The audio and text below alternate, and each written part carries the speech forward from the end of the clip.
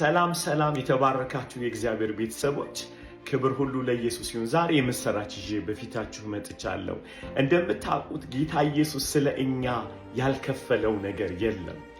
ነገር ግን የከፈለውን ዋጋ መስቀል ላይ የሰራውን ሥራ ኢንጆይ እንዳናደርገው በጸጋ ደስታ ውስጥ እንዳንኖር አንድ ችግር አለ። እሱ ምንድነው? ከእግዚአብሔር ያልሆነ ዕውቀት ከልጅነታችን ጀምሮ ስለ ራሳችን፣ ስለ ሰዎች፣ ስለ ድህነት፣ ስለ ራሱ ስለ እግዚአብሔር ሰይጣን እዚህ ውስጥ አንጋሊ ትሩዝ ከቶብናል።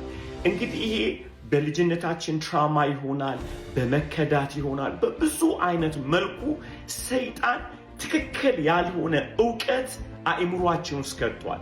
እሱን ነፃ የምንወጣበት ነፍሳችን ከተጎዳችበት ደግሞ ማንነት ነፃ የምትወጣበት ባዲ ኦፍ ክራይስት ሃርቨስት ኢንተርናሽናል ሚኒስትሪ እንግዲህ በማርች 26 ትልቅ የሆነ ሴሚናር አዘጋጅተናል።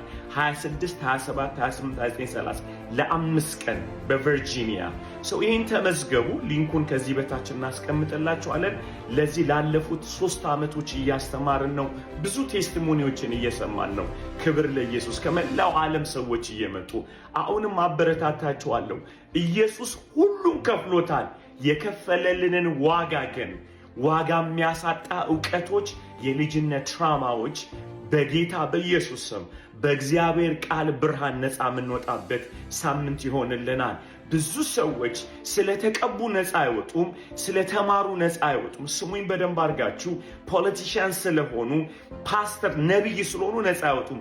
የእግዚአብሔርን ቃል ዕውቀት የገባብንን የልጅነት ትራማ ነፃ የሚያወጣን የቃሉ ብርሃን አለና መስቀሉን ማዕከል ያደረገ መንፈስ ቅዱስን የተደገፈ አገልግሎት አለ። ኑና ነፃ አውጡ፣ ተማሩ። 5 ቀን የምናሳልፍበት፣ ስልክ አይፈቀድም፣ ማታ ላይ ብቻ ነው። ቀኑን ሙሉ የምንጸልይበት የምንማርበት ኢነር ሂሊንግ ፕሮግራም አዘጋጅቶናል። ኑ። አድራሻውን እንደገና ሊንኩን ከዚህ በታች አስቀምጣለሁ። እንጆይ አድርጉ። ተባረኩ። ሻሎም